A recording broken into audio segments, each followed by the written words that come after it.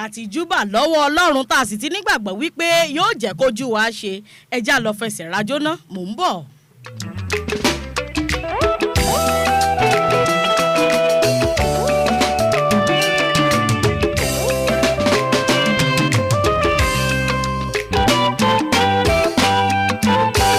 orí Ọlọ́run nínú ayé mi o Alani ó ṣá rárá ó ṣá kókó ó ṣáná ó ṣá rárá ó ṣá kókó lélẹ́lẹ́ ó ṣá ní ìmọ̀lẹ́ máa ó ṣá kókó ó ṣá dẹ́dẹ́ ó ṣá kókó ó ṣá rárá ó ṣá kókó ó ṣá rárá ó ṣá kókó níbà ó ṣá rárá ó ṣá orí bàbá nínú ayé mi níbà ó ṣá rárá ó ṣá kókó. Mo gbọ́ pé wọ́n lè máa bí eléré ní ìgboro pé kí ni túmọ̀ orí Ọlọ́run ṣàprápra pé kí ni túmọ̀ orí Ọlọ́run ṣàprópó ìwọ́dẹ̀ dá wọn lóhùn pé orí Ọlọ́run nínú ayé ẹ̀ ọ̀ríjínà ni. Oore tí bàbá ṣe fún ẹ oore tí ó kọ́ mọ̀ ni gẹ́gẹ́ bí orin Tọ́pẹ́ Àlàbí o oore tí ó kọ́ mọ̀ ló lọ́ ṣe fún mi. Àbọ̀bọ̀ pé ó sùn láyọ̀ ó dẹ̀ ń jí láyọ̀ ṣó mọ̀ kóre ni ẹ jẹ́ ká ṣàmà dúpẹ́ kò tiẹ̀ sùn láyọ̀ ó ń jí láyọ̀ pàdé mi orí Ọlọ́run mọ́dẹ̀ mi o. Ọ̀pọ̀ ló sùn tó ń jí tí ò lè jí mọ́ ọ̀pọ̀ ló sùn tó lù tí ò lè lù mọ́ ó ń pariwo pé dáàdì mi dà o. Àdúpẹ́ lọ́wọ́ Elédùmarè o àwa láyé àwa láyé ó dẹ̀ dọ́pẹ́. Àníṣe orí Ọlọ́run nínú ayé mi ó tọ̀nà ó ṣá pàápàá ó ṣá gbogbo ó ṣá pàápàá ó ṣá gbogbo ó ṣá pàápàá ó ṣá gbogbo ó ṣáná ó ṣá pàápàá ó ṣá gbogbo ó ṣá ó tàn bí alójú ó ṣá gbogbo ó mọ́lẹ̀ tó ní ó ṣá pàápàá ó mọ́lẹ̀ ó ṣá gbogbo kẹ́rì níbẹ̀ yẹn ó ṣá abẹ́rì níbẹ̀ yẹn ó ṣá gbogbo. Ó tún sọ pé instead of telling me to get out he showed me love. ẹ má má waste àlùjọ yìí. Telling me to go away he showed me love. ṣé ń bá mi fẹsẹ̀ rajó níbẹ̀ yẹn ṣá. Ọ̀pọ̀ bàbá oore rẹ̀ yìí lọ́jọ́ bí lójú. Bàbá jọ̀wọ́ má má bínú sọ́mọdé ìjùmọ̀ Olúwarùn o. Má má bínú sí mi bàbá o Olúwarùn o. Má má bínú sí mi bàbá Olúwarùn o. Elédùmarè ọba o Olúwarùn o. Má tú ayé mi ṣe o alẹ́ mi lè ṣe. Má tú ayé mi ṣe o alẹ́ mi lè ṣe. Instead of telling me to go away he showed me love. Bàbá jọ̀wọ́ má má bínú sọ́lá làbí o Olúwarùn o. Má má bínú sọ́mọdé jùmọ̀ o Olúwarùn o. Má má bínú sí mi bàbá Olúwarùn o. Má má bínú sí mi bàbá Olúwarùn o. Má má bínú sí mi bàbá o Olúwarùn o. Ó yá Ọlọ́run mi Ọlọ́run mi ìwọ lójú tí mo fi rí mọ́ ìwọ ní kọ́kọ́rọ́ tí mo fi ṣílẹ̀kùn ìwọ lórí tí mo kọ́ iná ayé kò jẹ́ kọjọ́ mi kí ni mo ní tí mo lè mú wa o owó lẹ́ẹ̀kọ́ yíra bàbá Ọlọ́run mi ẹ ṣé o Ọlọ́run mi àgbà. ṣé ń fi alọ̀pọ̀lówó ọjà Ẹ̀kọ́jọ́ tá a bá ti wá dé a bọ̀ sí abala youth affairs. mú wa kí ni mo fẹ́ bá wà dọ́gba pa o. ìwọ lórí tí mo kọ́ ìwọ lórí mo kọ́ iná ayé kò jẹ́ kọjọ́ mi ó ṣe bàbá o kí ni mo ní tí mo lè mú wa o kí mo lè mú wa o owó lẹ́ẹ̀kọ́ yíra bàbá Ọlọ́run mi ẹ ṣé o.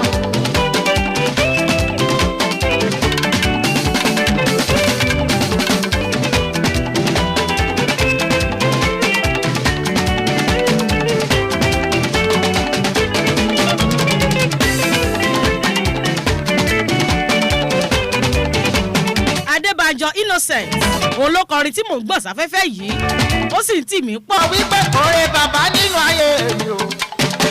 Ó ṣá pàápàá ó ṣá gbogbo. Ó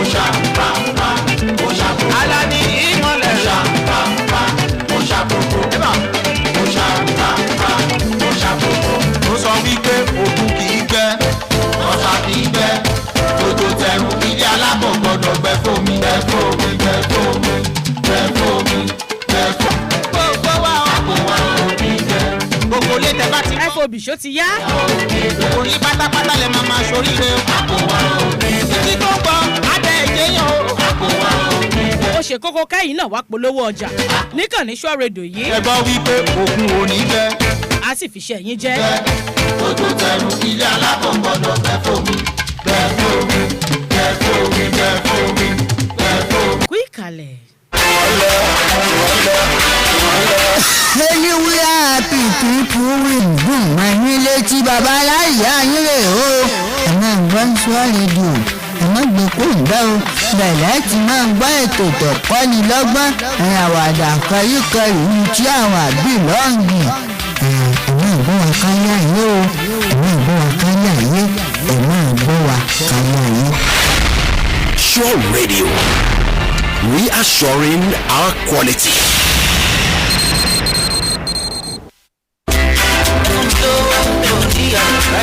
Ṣìkìṣìkì máa mi owó dé tòun máa dá padà díẹ̀díẹ̀ bíi 50,000 100,000 200,000 fún ọmọ ẹgbẹ́ nìkan ni o nínú cooperative wọn Life Plus wọ́n tún ṣètò iṣẹ́ àgbẹ̀ ọ̀gbìn ìrẹsì àtàdìẹ fáwọn investors ńláńlá tí ò lè ṣiṣẹ́ oko ṣùgbọ́n tí wọ́n ń pe owó ránṣẹ́ tí wọ́n sì ń kó èrè oko lóṣù mẹ́fà ó lè donílé donímọ́tò gba jẹnẹrétọ̀ ṣùgbọ́n àjọjẹ ọdún bẹ́ẹ̀ nìkan ò bá ní pé tẹbí tará káyọ̀ lè bẹ́ sùẹ́ fún gbogbo wa kò sẹ́ni tí ò lè dọ́mọ ẹgbẹ́ ó yá pe nọ́mbà yìí láti darapọ̀ 0806-6658-534 gbajúgbajà pèdèpèdè ni ọ̀rọ̀ lọ́mọ pìrìsẹ́ńtà ní brand ambassador àjọ Life Plus jẹ́ kí ayé rẹ̀ ó yí padà pẹ̀lú owó pínín sí Life Plus Foundation International torí tiẹ̀ ni. ọ̀rẹ́ wa ọkẹ́ ìjánu búrẹ́dì ni. gẹ́gẹ́ sí ọbẹ̀ jáde ni. búrẹ́dì abẹ́jáde lọ ń jẹ abájọ tó fi ń dán. kàkólé rẹ̀ ní Fortune Bites for Sunday bread inú. wo bí ẹ ti pákéjì rẹ̀ gan-an tí mà gbélé ìlọlẹ́ ni o. ń gbé. ìwọ náà jẹ́ ń tó dáa pẹ̀lú búrẹ́dì Fortunate tá a ṣe lóríṣiríṣi bíi Fortune Bites special bread tá a ṣe pẹ̀lẹ́ sọ̀dọ́lọ́kùn òjọ̀ kan tó fi mọ́ Fortunate Jumbo Fortunate Cluster pabambari ẹni tí Fortune Bites for Sunday bread ìtọ́bẹ́jáde bó ṣe ń jẹ́ ìkéyìí búrẹ́dì Fortunate lọ́mọ ìjẹmọ̀kí adùn mílíkì ẹyin àti bọ́tà lọ́nà fún rẹ àyíká tó mọ́ tótó láti pèsè búrẹ́dì Fortunate jáde kò sí léròjà búrómẹ́tì kankan nú electric stainless oven ló ń bèèkì ẹ̀ tó ń bọ̀ sínú ọ̀rá olùléeṣẹ́ Fortunate bread ló wà ní 9 òpópónà Tìjàní Adéjùmọ̀ lẹ́gbẹ̀ẹ́ Niger River Basin Road Ìlọrin nípa àtìlẹ́yìn Ajkan Olódó Ìbàdàn wọ́n tún wà lóńdó road Àkúrẹ́ àti ní Dágbólu Ìkírun road Òṣogbo 08033781226 Fortunate bread ní kó máa béèrè fún ní gbogbo ìgbà. ẹ̀yin kọ́ ló máa sọ fún wa bó ṣògo sì di tán. ẹ má wulẹ̀ láàgùn jìnnà mọ́ Ọ̀làwálé plastic and foam depot tẹ́ ẹ ti mọ̀ bí ẹni mo wó tó jẹ́ pé níbẹ̀ lẹ́sìn kó gbogbo èròjà ké bíi plastic chairs and table tá a fi ń ṣe patí láwọn event centers wa àti plastic chairs and desks táwọn ilé ẹ̀kọ́ gbogbo tó fi mọ́ ọ̀pọ̀lọpọ̀ ohun èlò ké bíi drums buckets bowls jugs àtàwọn nǹkan ìṣeré ọmọdé lónìí ìrànràn. ìròyìn ajá balẹ̀ wá rí wípé iléeṣẹ́ Ọ̀làwálé tún ti wá sí ẹ̀ka tuntun tí wọ́n ti ṣe ké mọ́ńbẹ́mọ́ńbẹ́ plastic bottles lóríṣiríṣi fáwọn iléeṣẹ́ tó pọ̀ bottled water juice iléeṣẹ́ àpò ògùn àtàwọn iléeṣẹ́ tó ń lo ike tá a fi ń rọ nǹkan pẹ̀lú irinṣẹ́ abìjà tí ń gbúrò ike tí wọ́n ṣẹ̀ṣẹ̀ gbé látòkè òkun ṣe ti wá rí wípé boko ọba jìnnà ẹ̀ láti kó Ọ̀làwálé plastic depot lórí ìlú ike èyíkéyìí tẹ́ ẹ bá fẹ́ owó tí ọ̀gá ni gbogbo iléeṣẹ́ ńláńlá àwọn aláràtúntà òkú lọ́dọ̀ wọn ẹ̀ka iléeṣẹ́ wọn ló tún jẹ́ aṣojú iléeṣẹ́ mọ́kẹ́ fòm fún gbogbo ẹni tó fẹ́ ra fóòmù lóríṣiríṣi sáìsì wọ́n ti já alẹ́ bìbà ọkọ̀ sì tún wà láti kẹ́rù yìí débi tẹ́ ẹ bá ń lọ ẹ kàn sí wọn lórí iléeṣẹ́ wọn tó wà lágbègbèlérò àti lẹ́ka wọn tó wà ní ọ̀kínì Òṣogbo Ìlóbù road ìpínlẹ̀ Ọ̀ṣun tàbí ká ẹ pé 08034229016 Ọ̀làwálé plastic and foam depot ìrọ̀rùn aráàlú ni wọ́n dúró fún. àsìkò ti tún láti gbáradì lọ ṣiṣẹ́ nílùú Dubai Flysafe Global Consult Limited àti àjọṣepọ̀ Sureco Global Limited nípínlẹ̀ Ọ̀ṣun lóní olè ṣiṣẹ́ security nílùú Dubai kankan tí gbogbo ìwé ìrìnnà rẹ̀ fi pé ìyẹn visa àtàwọn ìwé mi ilé ọ̀fẹ́ àtààbò láì ní jẹ́ olówó oṣù ó yá fún kọ́lẹ̀ pẹ̀lú 2,000 naira péré lọ́fíìsì ọlọ́mọ kò gbà fọ́ọ̀mù kò dẹ̀ fíìlì ẹ̀ lẹ́gbẹ̀ẹ́ NYSC Secretariat ọmọ West Òṣogbo kó lè wà nínú àwọn tájọ fojú rejú lópin oṣù yìí mọ ìgbà tó gbéra lọ sílùú Dubai ó yá pé nọ́mbà yìí 08066675612 pẹ̀lú Flysafe ìrìnàjò rẹ̀ gbẹdẹmukẹni. SureRadio. Reassuring our quality.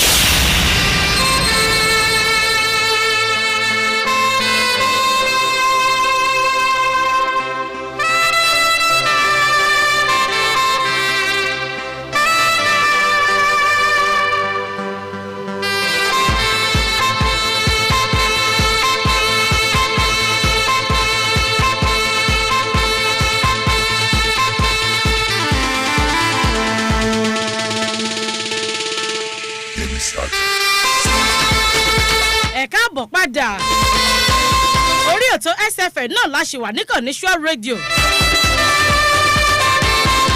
ṣẹ́ẹ̀dẹ̀ gbàgbé gbogbo ọ̀nà tẹ́tí lè máa gbọ́ wa wò wá. a wà lórí YouTube SureTV.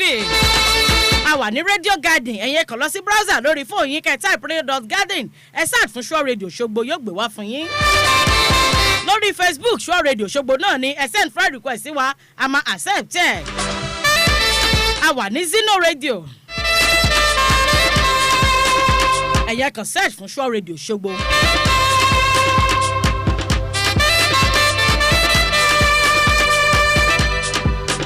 lórí Instagram SureRadio náà ní. lórí Twitter SureRadio náà ni.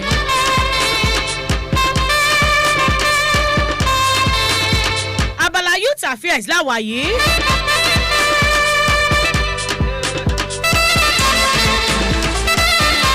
ẹ̀dẹ̀ tí mo bá ṣe máa ń ṣe é àwa ọ̀dọ́ la máa ń bára wa sọ̀rọ̀ àmọ́ encourage ara wa a dẹ̀ máa ń reproach ara wa ilé ayé wa lè dé. ṣe ìrántí àkòrí tí a gbé yẹ̀wò níjẹ̀ẹ́jọ́ tí mo pè ní experience ṣe ti rántí. mo mọ̀ pé eré ẹ̀kọ́ kan tàbí kejì dì mú. ẹ̀tún wá tẹ́tí bẹ̀lẹ̀ jẹ́ lọ́jọ́ tòní mo tó ti dì wá fún yín lákọlákọ.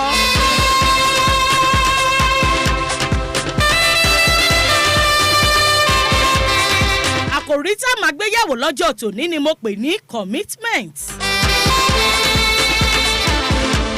Commitment. mo máa sọ fún yín wípé àwọn ọ̀rọ̀ tá a máa ń gbọ́ kódà tá a máa ń sọ lójoojúmọ́ lóòrèkóòrè la máa gbé yẹ̀wò lábala Youth Affairs yìí ṣùgbọ́n àwọn kúlẹ̀kúlẹ̀ àwa máa túṣu désàlẹ̀ kòkò. àwọn ìgbà míì wà tó tẹ̀ jẹ́ wípé a máa ń ṣe àwọn ọ̀rọ̀ yìí lò kì í ṣe ìtumọ̀ tó kárì la máa ń fún un orí àmọ̀ yànnà náà fún yín. It's being used by we youths. It's in a relationship. Oboye were committed.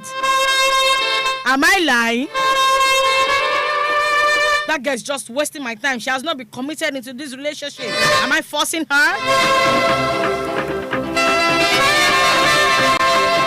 Those are the words we say. Taban lo ọ̀rọ̀ commitment. Commitment yẹn gan àkífẹ́ kí wọ́n lò fún àwa gan.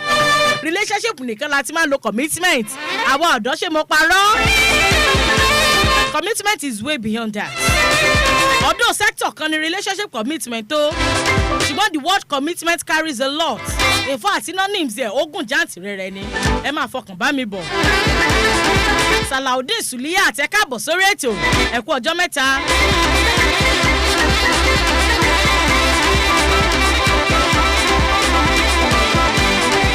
Let me start by defining the word commitment to you. Kí là ń pè ní commitment gangan? What do we mean by commitment? Ọ̀rọ̀ yẹn ó níye lórí púpọ̀ púpọ̀. Commitment is the state or quality to a cause or an activity. I'll come again. Commitment is the state or quality of being dedicated to a cause or an activity.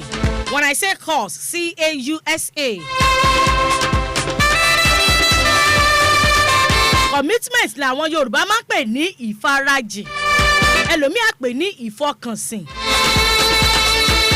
Commitment nìyẹn. Dedicated to something, you are being committed. It's also an engagement or obligation that restricts freedom of action. Commitment is also an engagement or obligation that restricts freedom of action. Once you are committed into something, lè ṣe bó ṣe wù ẹ́. Even without the rules and regulations of that stuff, lè ṣe bó ṣe wù ẹ́. You are guided by your commitment. A ṣẹ̀ṣẹ̀ bẹ̀rẹ̀ ni ẹ máa fọkàn bá mi bọ̀. Commitment. Other synonyms of the word commitment: responsibility, obligation, duty, charge, task, prayer. I like that word, prayer. And novel times that way you bang about the word prayer. I'm rò wípé kí wọ́n prioritize wa ni. That it involves second party. That someone has to prioritize. We think it includes the second party to prioritize us, to tense us. I am telling you today that if you are self-committed, you are under pressure. You don't have freedom to some things. You don't act anyhow. It is not because you are guided, but oh, le dede ṣe bí àwọn tó kù ṣe ń ṣe. In other words,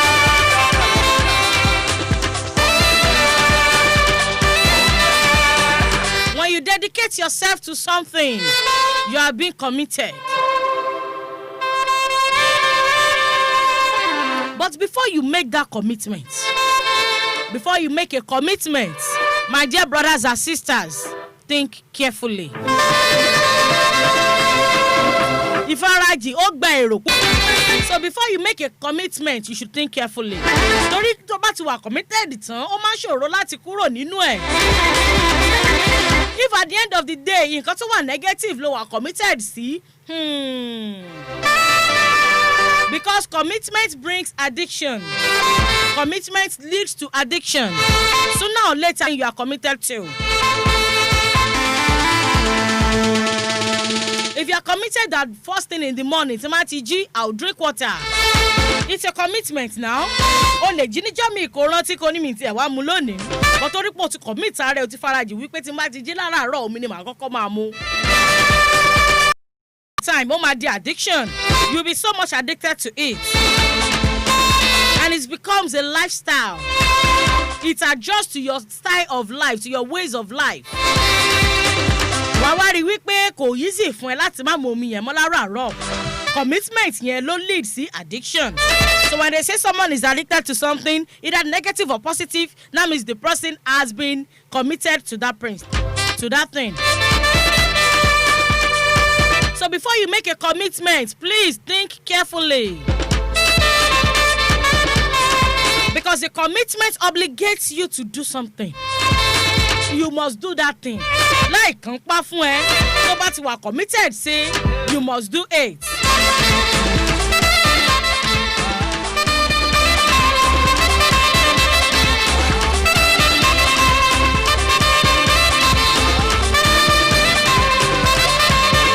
So commitments that are large, that are unquantifiable, tó tóbi, tó jẹ́ wípé ó máa require lifespan. Example ni marriage. Marriage is a commitment. If you are not ready to be committed, do not get married yet. Lọ sápọn bẹ̀yẹn lọ́jọ́ tòní.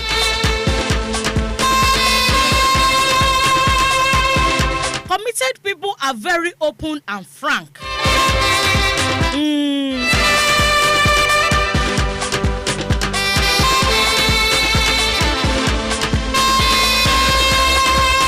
A good commitment also begins. Ó bẹ̀rẹ̀ láti orí ara ẹ̀ gangan. You are in a relationship. Ìwọ gangan wà committed, and you are complaining about your partner that he or she is not committed. You start ìwọ gangan ni kò kọ́kọ́ fi àpẹẹrẹ yẹn lélẹ̀. Ọ̀gá tí ò fẹ́ kọ́ ọmọṣẹ́ pẹ́ débi iṣẹ́, ìwọ gangan kọ́kọ́ wà committed náà. Nígbà tó ọmọṣẹ́ bá délé ní tó bá ẹ lẹ́nu iṣẹ́, tó dé lọ́la tó bá ẹ lọ́fíìsì, tó dé lọ́tùnla tó tún bá ẹ lọ́fíìsì. There has never been a time tó bí ìtẹ́dẹ́ ọ́fíìsì rí. Sooner or later, wàá change mindset ọmọ yẹn náà. Ṣùgbọ́n ìwọ gan tó 12 lọ ẹ̀ṣẹ̀ ń bọ̀ wá sí shop, lọ ẹ̀ṣẹ̀ ń lọ sọ́fíìsì. You are not complaining wípé àwọn ọmọọṣẹ́ tàbí àwọn employees ẹ wọn. A good commitment begins with oneself. You start it. Commitment ni kó o máa kírun ìdájí. Yàtọ̀ sí pọ́lọ̀ nǹkan pa fún àwa Mùsùlùmí. It takes commitment. Kò easy. Time yẹn lórí ṣẹ̀ṣẹ̀ máa ń dùn. Àbẹ́ ẹ̀gbọ́n, kójú ò tún wá rọ̀. Ẹlòmíì tó bá ti pèrò báyìí, yóò kàn tún yí dúfẹ̀ yẹn borí ni. Ẹ̀yin mọ̀ kí pọ̀. Do you know it takes commitment? As láwọn kan tó jẹ́ pé kójú yẹn rọ̀ kó rọ yìnyín wó yà mọ́ umbrella ni. Àwọn òde mọ́sálásí. Tọ́ba ti ní káwọn dúró nílé kí ara wọn ò tún ní balẹ̀. It takes commitment. So when you are committed, you get addicted. That's why why it is always good to get committed to a good thing. If you are committed to a bad thing, you get addicted to a bad thing, and that is very wrong.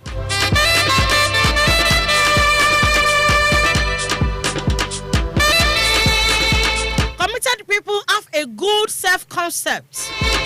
They have a strong self-esteem and a balance between. Did you get that? Committed people have a good self-concept. O gbọ́dọ̀ ní concept. O gbọ́dọ̀ ní nǹkan tó carry. O gbọ́dọ̀ ní nǹkan táwọn èèyàn máa mọ̀ ẹ́ mọ́. You must have a very strong self-esteem. O mọ̀ pa ti gbọ́ self-esteem rí. Àgbéyẹ̀wò lórí ètò yìí lọ́jọ́ kan. No promise. It's a very wide topic. But you don't just have a self-esteem. You have a very strong self-esteem. Then you are committed. And a balance between.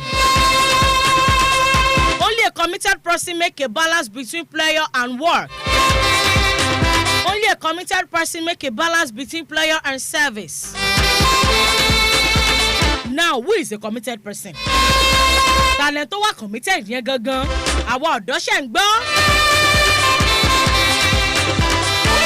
A committed person is simply one who regularly keeps their commitment.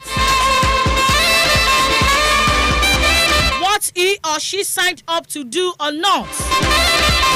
Nígbà tí ẹnìkan kan ò rí ẹ, tó dẹ̀ ṣì wà committed sí nǹkan tó sọ pé o fẹ́ ṣe yẹn, then you are a good person. Nígbà tí ẹnìkan kan ò kàn pa fún ẹ, you have made it an habit. I signed for this thing. I took an oath for this thing. Púpọ̀ nínú àwọn olóṣèlú wa. Oath, the word oath, governor's oath, president's oath. Wọ́n fẹ́ lọ take oath. Wọ́n fẹ́ lọ búra fún wọn lónìí. Wọ́n fẹ́ ṣe inauguration fún wọn lónìí. Commitment ni is a sign of the beginning of a commitment. And they have to be commitment all through. Kódà kára ló má question authority ẹ. Just be committed and you be at peace.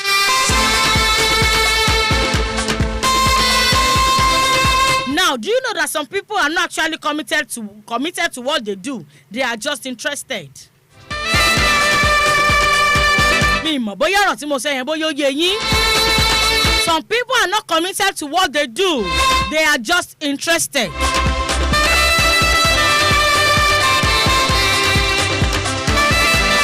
Do not make that mistake o.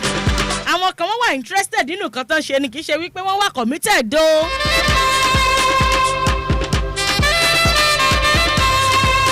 Wọ́n kàn ṣe nǹkan tí wọ́n ṣe ni kì í ṣe wípé wọ́n are dedicated to it. Torí pé bóyá wọ́n catch fun nínú ẹ̀, bóyá wọ́n rówó nínú ẹ̀, wọ́n kàn pick interest nínú ẹ̀, kì í ṣe pé wọ́n committed sí. Gẹ́gẹ́ bí akẹ́kọ̀ọ́, course tó ń read yẹn ní school, ṣé o kàn wà interested nínú ẹ̀ ni? Àbò fẹ́ wà committed lórí ẹ̀.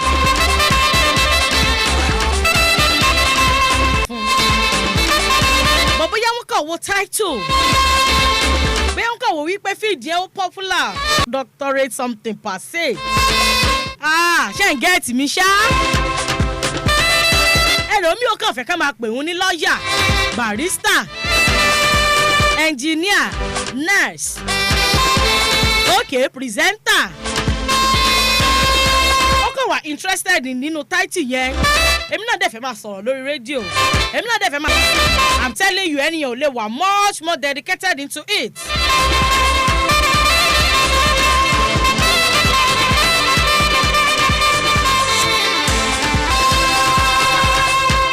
This is how you know you are committed to something.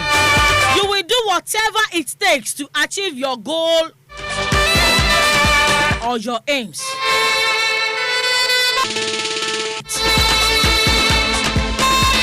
Modern film yẹn nìkan ló wà interested in. Ó wà committed láti lọ ya fíìmù nínú igbó níbi tẹ́ ẹ̀fọn ti máa ń jẹ wọ́n. Ó lè shoot epic movie. You just have interest in become an actress. It's not as if you are committed or passionate about it. When you see a passionate actor or actress, gbogbo wa la máa ń dá wọn mọ̀. Comes one Fatai Rafiu pronom ẹ káàbọ̀.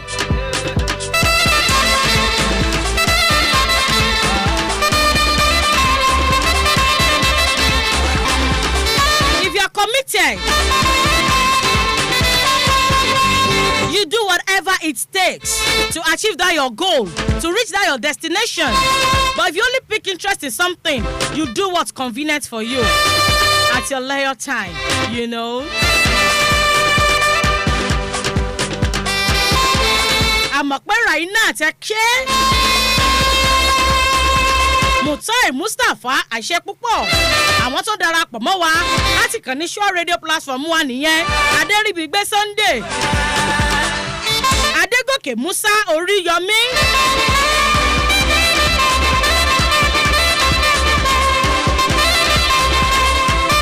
Adégòkè Musa Ọmọnìyí ẹṣẹ́ púpọ̀ ọ̀gá ọlọ́rọ̀ presenter thank you sir Olúdáre Fọlábí Desland Ọdúnayọ̀ Ọ̀dẹ́bùnmi Jazina ẹṣẹ́ Olúṣẹ́gun Ẹgbẹ́lànà thank you so much ẹ̀já lọ polówó ọjà káfi ṣàlàfí bọ̀ káwọn náà dátọ́ mi kí n wá mú concluding part yẹn wá fún yín lẹ́yìn ẹ̀ ká wá bọ́ sí abala SFN.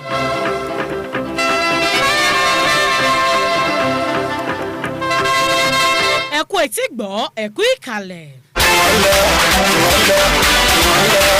Anywhere happy people will make you happy bẹ́ẹ̀ ni orí SureRadio láwà àbẹ́ yìí ṣe ń dún tí sì ń dùn máa ní létí bàbá aláìyá yín rè o ẹ̀mọ́ ìgbọ́n SureRadio ẹ̀mọ́ gbẹ̀kọ́ ìgbà o bẹ̀rẹ̀ tí máa ń gbọ́ ètò tó kọ́ni lọ́gbọ́n àwàdà kọríkọrí ní tí àwọn àbí lọ́ọ̀gì ẹ̀mọ́ ìgbọ́ wa káyà yín o ẹ̀mọ́ ìgbọ́ wa káyà yín ẹ̀mọ́ ìgbọ́ wa káyà yín.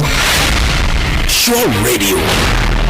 We are ṣìkìṣìkì máa mi owó dé. ẹni tí ò mọ bí ẹgbẹ́ ẹ̀ ti ń là ajínasẹ̀ ní jẹun ajígbọ́n ní irú wọn. bí èèyàn bá sì ti mọ̀nà ìbùkún àbùkù kan ò lè kanrú ẹni bẹ́ẹ̀. Life Plus Foundation International làjọ tó ń pe ní filẹ̀ ọ̀rọ̀ hàn ni tí wọ́n sì ń kọ́ni níṣẹ́ àgbẹ̀ tàbí iṣẹ́ míì téèyàn ó fi dọ̀gá ara rẹ̀ pẹ̀lú owó ìdarapọ̀ dọ́mọ ẹgbẹ́. wọ́n tún yá olówó àìlélẹ̀ tó fi ṣòwò máa dá padà díẹ̀díẹ̀ bíi 50,000 100,000 200,000 fún ọmọ ẹgbẹ́ nìkan ni o. nínú cooperative wọn Life Plus wọ́n tún ṣètò iṣẹ́ àgbẹ̀ ọ̀gbìn ìrẹsì àtàdìẹ fáwọn investors